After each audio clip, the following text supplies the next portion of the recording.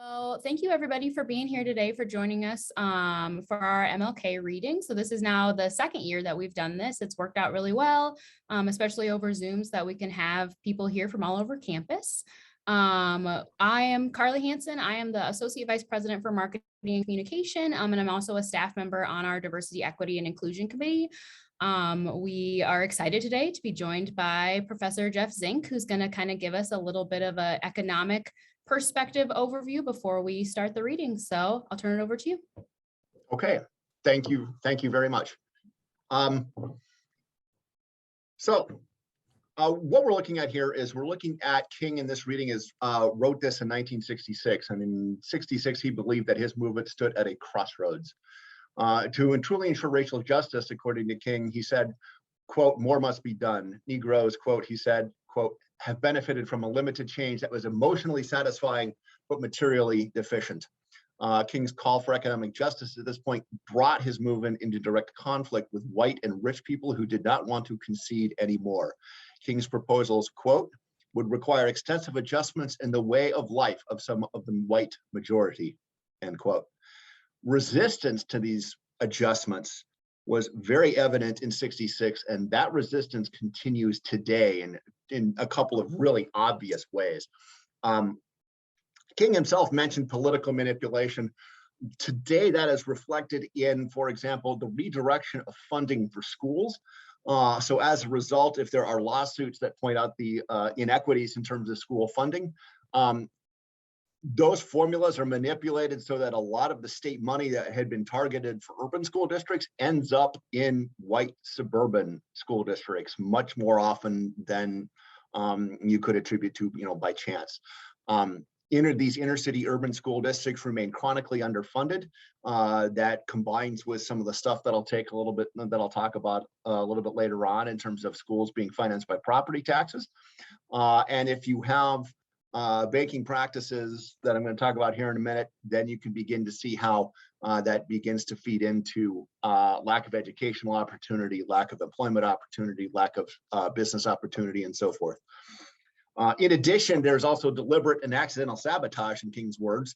And what you see today is these political fights in terms of disputes over voting laws. And so the idea that the Democratic bill to sort of make it easier for people of color to vote is more or less politically dead in the water, according to the news reports that I read today. And state level ideas about reforming votes to make it, in fact, harder for people of color to vote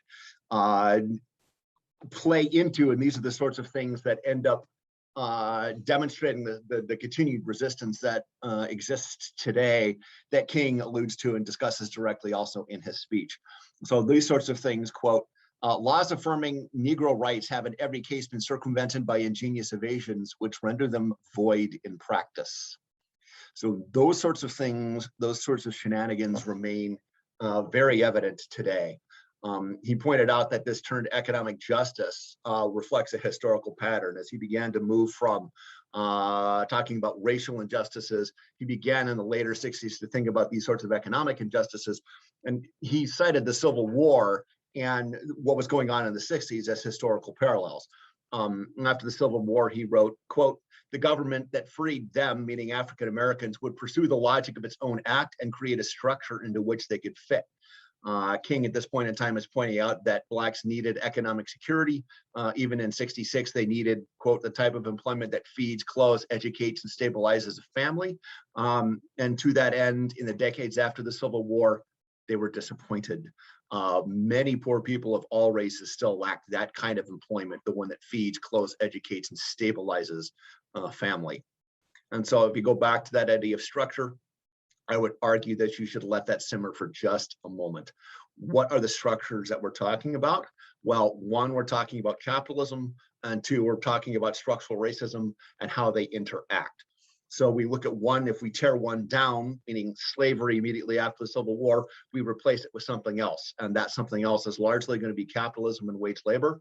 And that's going to also interact with, for example, the new form of slavery that King contends emerges after the Civil War in terms of Jim Crow legislation and the deliberate segregation of the races that followed there.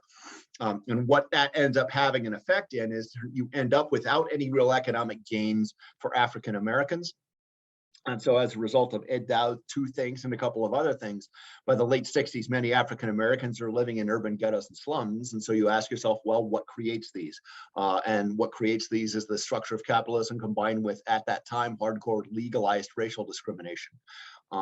Today, such overt racial discrimination is illegal. However, that idea of structural racism shows in widespread conflict, both over police practices and in other areas. What other areas? Well, I want to talk about finance for one.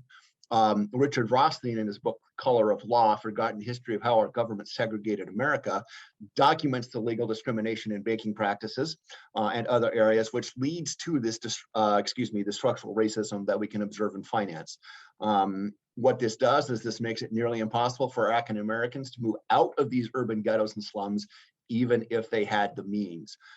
So why is that? Well, many banks in the 1970s wouldn't finance mortgages or small business loans to even qualified African Americans.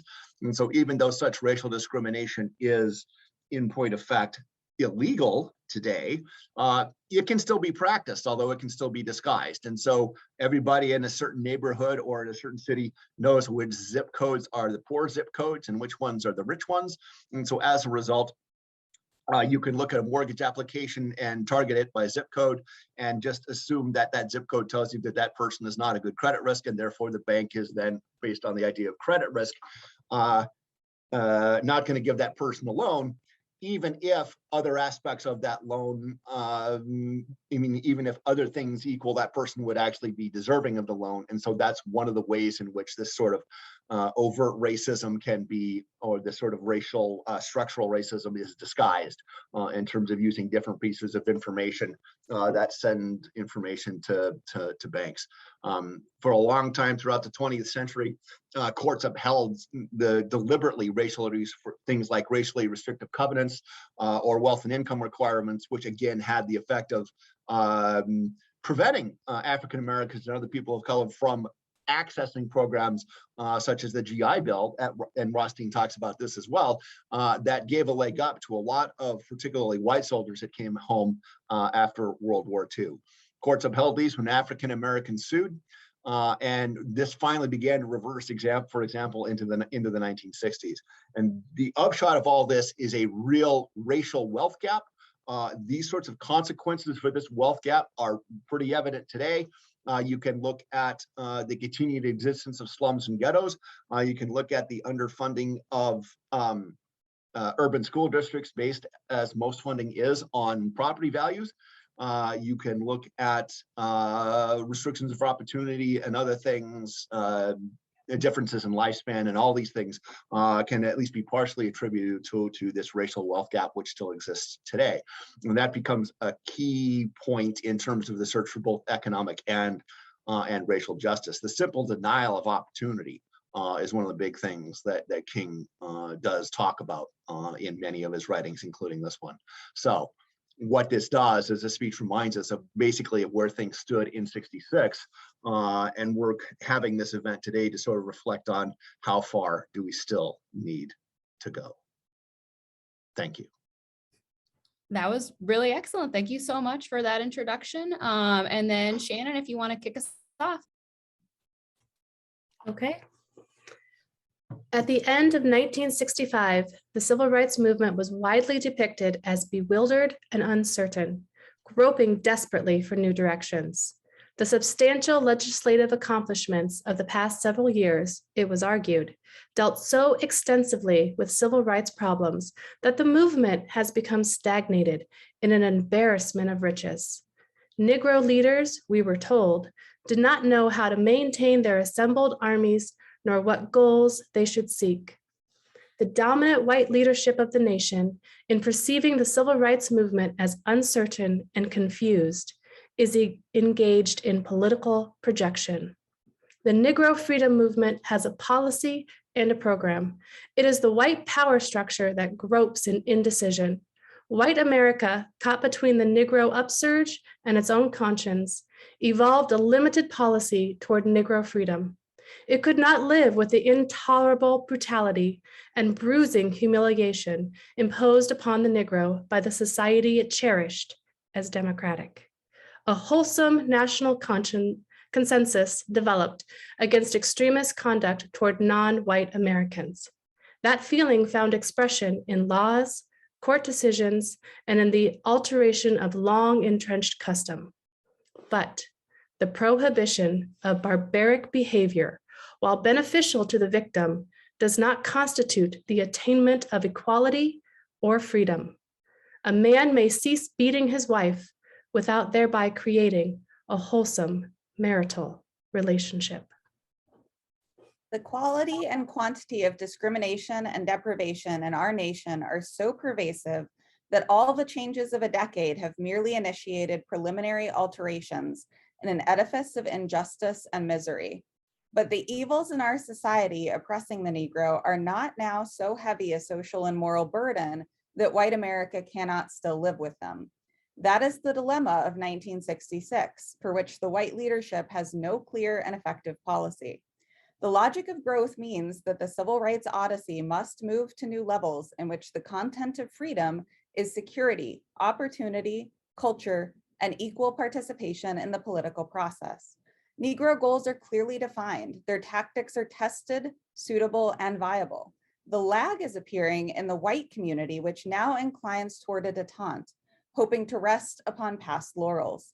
The changes it must accept in the new circumstances, however logical, have not been faced nor accepted as compelling. The period which has been completed, though attended by turmoil and spectacular events, was relatively easy to accomplish. Negroes not only furnished the drive, but by disciplined adherence to nonviolence, swiftly educated and won millions to the righteousness of their demands. For the white majority, there were few hardships, and the lifting of some burden of guilt adequately compensated for any limited inconvenience. The future is more complex. Slums with hundreds of thousands of living units are not eradicated as easily as lunch counters or buses are integrated. Jobs are harder to create than voting rolls. Harmonizing of people of vastly different cultural levels is complicated and frequently abrasive. It is easy to conceive of a plan to raise the minimum wage and thus in a single stroke extract millions of people from poverty. But between the conception and the realization, there lies a formidable wall. Someone has been profiting from the low wages of Negroes. Depressed living standards for Negroes are a structural part of the economy. Certain industries are based upon the supply of low-wage, underskilled, and immobile non-white labor. Hand assembly factories, hospitals, service industries, housework, agriculture operations using internet labor would all suffer shock, if not disaster, if the minimum wage were significantly raised. A hardening of opposition to the satisfaction of Negro needs must be anticipated as the movement presses against financial privilege. Beyond this long-established cultural privileges are threatened in the next phase. We have seen in the effort to integrate schools, even in more tolerant northern urban centers, that many reasonably unbigoted persons assume a new posture with the introduction of unfamiliar problems in school systems where they have personal interest. In the quest for genuinely integrated housing, the intensity of opposition from many who considered themselves free of prejudice has made it clear that this struggle will be attended by tenacious difficulties. It is against this reality that the new period must be analyzed. Negroes have benefited from a limited chance that was emotionally satisfying but materially deficient. As they move forward for fundamental alteration of their lives, a more bitter opposition grows even within groups that were hospitable to earlier superficial amelioration.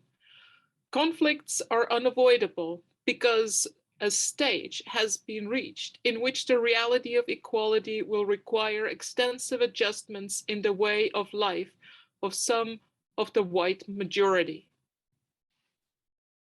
There is no discernible will on the part of white leadership to prepare the people for changes on the new level. This is the program that is absent. No one has been told what slum elimination actually entails or what the transition from equality to opportunity really involves.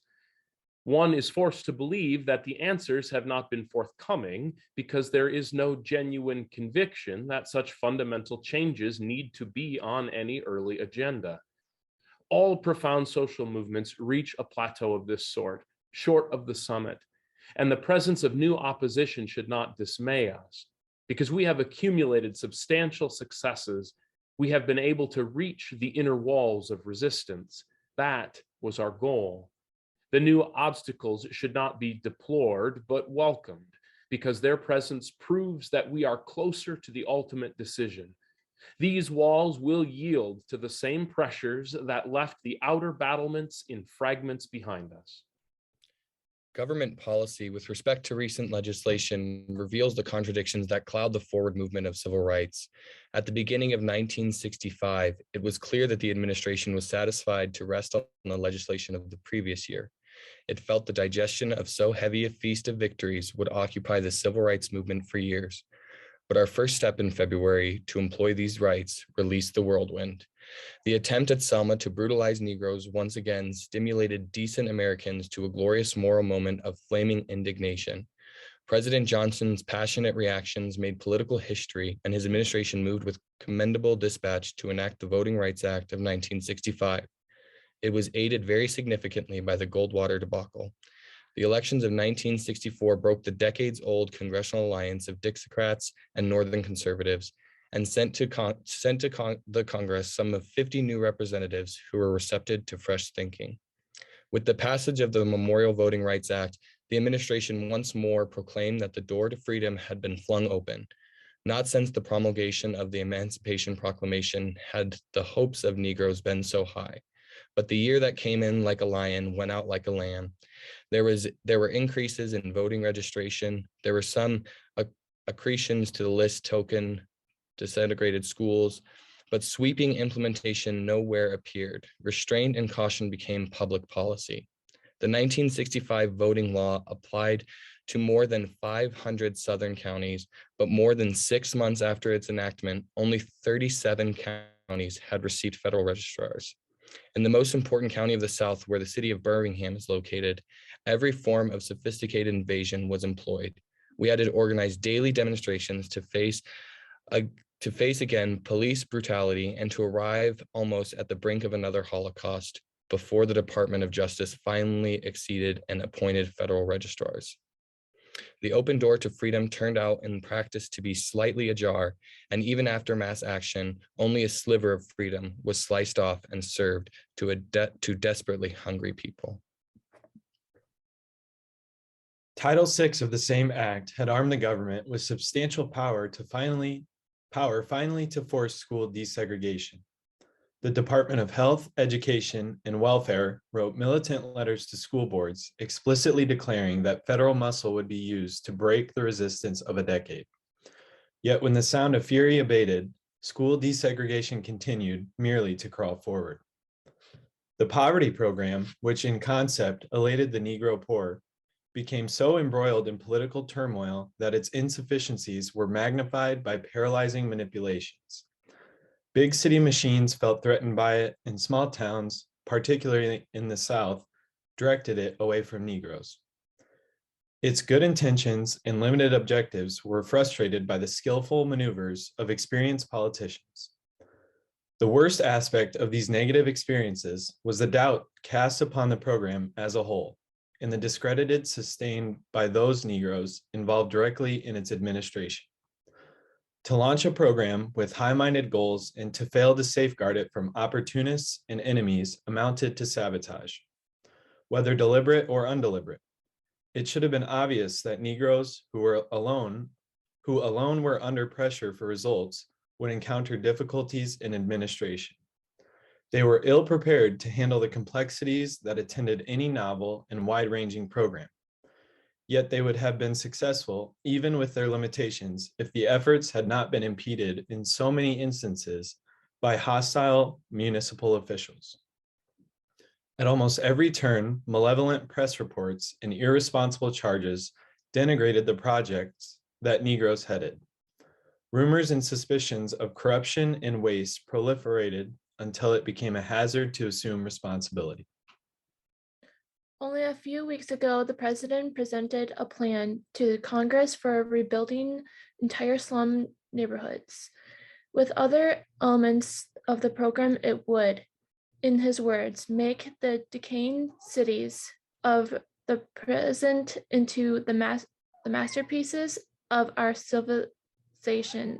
This plan is imaginative.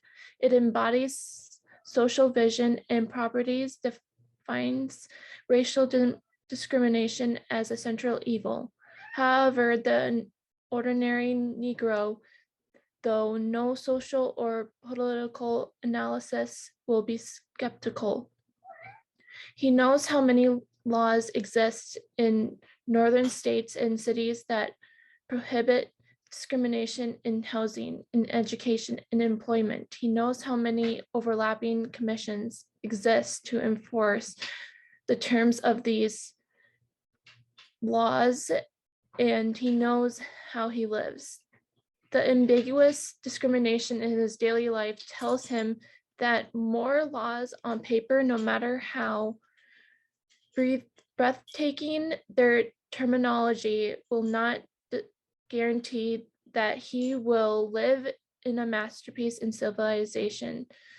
Laws affirming Negro rights have in every case have been circumvented by ambiguous invasions which render from void in practice. Laws that affect the whole population, draft laws, income taxes laws, traffic laws do work, even though they are unpopular, but laws passed for the Negro benefit are so widely unenforced that it is a mockery to call them laws. The missing ingredient is no longer the will of the government to enact legislation, which is absent in the will to make it operative. There is a double standard in the enforcement of law, a double standard in the respect for particular laws. The Negro in 1866 now challenges society to make law real on the neighborhood level, down in the ghetto streets where he lives, works, and seeks opportunity. Equal protection of the law is still substantially a national myth and a national disgrace in the reality of Negro life. In 1966, the Negro response is no longer a passive skepticism, nor is it expressed in the cynicism of inaction. A decade of sporadic and sometimes coordinated nonviolent action has educated him in the methodology of social change. He has learned how to compel the enactment of law, how to utilize to a degree some laws, and how to expose spurious laws. He has learned that his adversaries are cunning, skillful, and resourceful in obstruction and evasion. He has learned that governments do equivocate and retreat, no matter how exultant they are when they seek credit for legislation. Finally, he has learned something about himself. Negroes are not now merely a subject of change, but an active organ of change. This is the new political equation in contemporary society. The regression of government after momentum has developed. The omission of the necessary planning and implementation to give reality to the law are not accidental phenomena. The defaults merge into a pattern reminiscent of the period following the Civil War. Chattel slavery was abolished, but a program to transform slaves into citizens was omitted. Negroes left the plantations in hundreds of thousands, expecting that the government that freed them would pursue the logic of its own act and create a structure into which they would fit. When this was not done, Negroes themselves improvised, sacrificed, and struggled to gain a foothold on secure shores. However, the omissions inexorably caught up with them, and their enemies, only partially defeated, gained the breathing spell to reassemble and renew their power. The era of hope ended with the return of Negroes to a more sophisticated form of slavery that was to last nearly a century. The danger of this period is not that Negroes will lose their gains. History will not repeat itself in a simple cycle. It can, however, fail to move forward and can become stalled on a higher plateau without prospect of reaching the summit. The white power structure had to remake the South, and the Negroes seized the moment of change to fit the fabric to their needs. Evolving modern industrialism is being forced to reshape urban centers into which 70% of the population is already absorbed. Once again, Negroes will not allow change to flow around them, but will instantly demand to be elevated with the majority. The key question now confronting the nation is whether a swiftly transforming society is to be permitted to give tokens to the Negro while the white population ascends to new levels of social development. Historic decisions have yet to be made, which will determine the context of the future. The dominant white majority appears to lack policy and sincere purpose, but the Negroes, contrary to common belief, have a policy and a program. Having driven a sharp wedge into the one solid wall of resistance, they plan to hammer it in with increased force and vigor. Although they have shaken the political foundations of the South, where once Atlanta was a singular example of Negro political emergence, today tremors are shaking statewide areas of segregation. Utilizing the 1965 Voting Act, where it was implemented, and acting without it, where it was nullified by inaction. Negroes have patiently built significantly voting power. They are a major factor in forthcoming gubernatorial race in Alabama, that symbol of implacable resistance in 6 counties of the state. Negro registration exceeded white by the end of 1965. The hallowed state capital, from which the Confederate flag still flies, will be host to Black legislators, estimated at not less than 8 members in the House and 1 member in the Senate. More important than this, however, is the transformation of the old segregationist official from a single-minded racist into something approximating a Northern-style politician.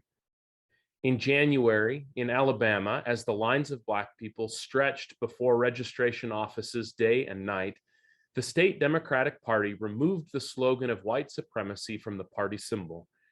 It may still live on in many hearts, but it is disappearing from tongues.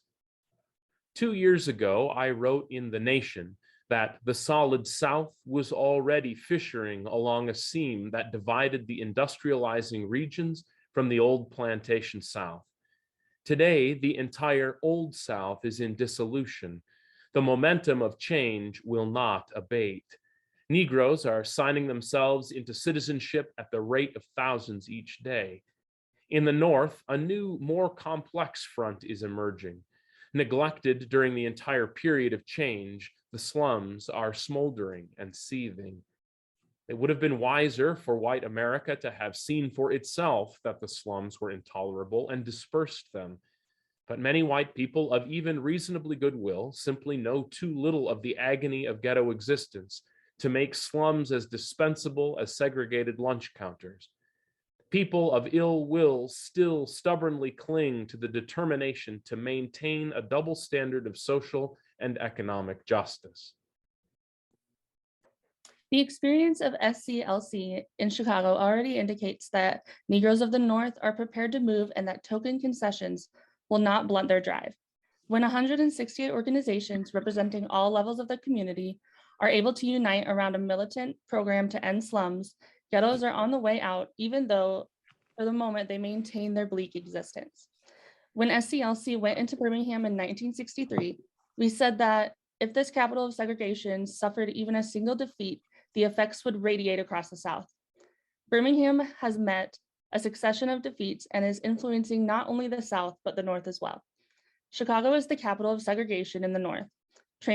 Transformations of its slums will leave no northern city secure with its own. Mass nonviolent action continues to be the effective tactic of the movement. Many, especially in the North, argue that the maximum use of legislation, welfare, and anti-poverty programs now replaces demonstrations, and March 14th, 1966, that overt and visible protests should now be abandoned. Nothing could prove more erroneous than to demobilize at this point. It was the mass action movement that engendered the changes of the decade, but the needs which created it are not yet satisfied. Without the will to unity and struggle, Negroes would have no strength, and reversal of their successes would be easily affected. The use of creative tensions that broke the barriers of the South will be as indispensable in the North to obtain and extend necessary objectives. These are partial elements of the Negroes' program for freedom. Beyond these is one of singular importance, which will be featured in the North: economic security. This is usually referred to as the need for jobs. The distinction made here between economic security and jobs is not semantic. A job in our industrial society is not necessarily equivalent to security. It is too often undercut by layoffs. No element of the working people suffers so acutely from layoffs as Negroes, traditionally the fired and the last hired. They lack the seniority other workers accumulate because discrimination thwarts long-term employment. Negroes need the kind of employment that lasts the year through. They need the opportunity to advance on the job. They need the type of employment that feeds, clothes, educates, and stabilizes a family.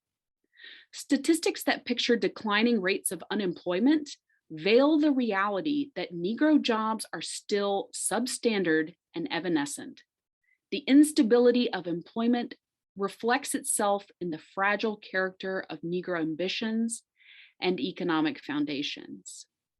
Whether the solution be in a guaranteed annual wage, negative income tax, or any other economic device, the direction of Negro demands has to be toward substantive security.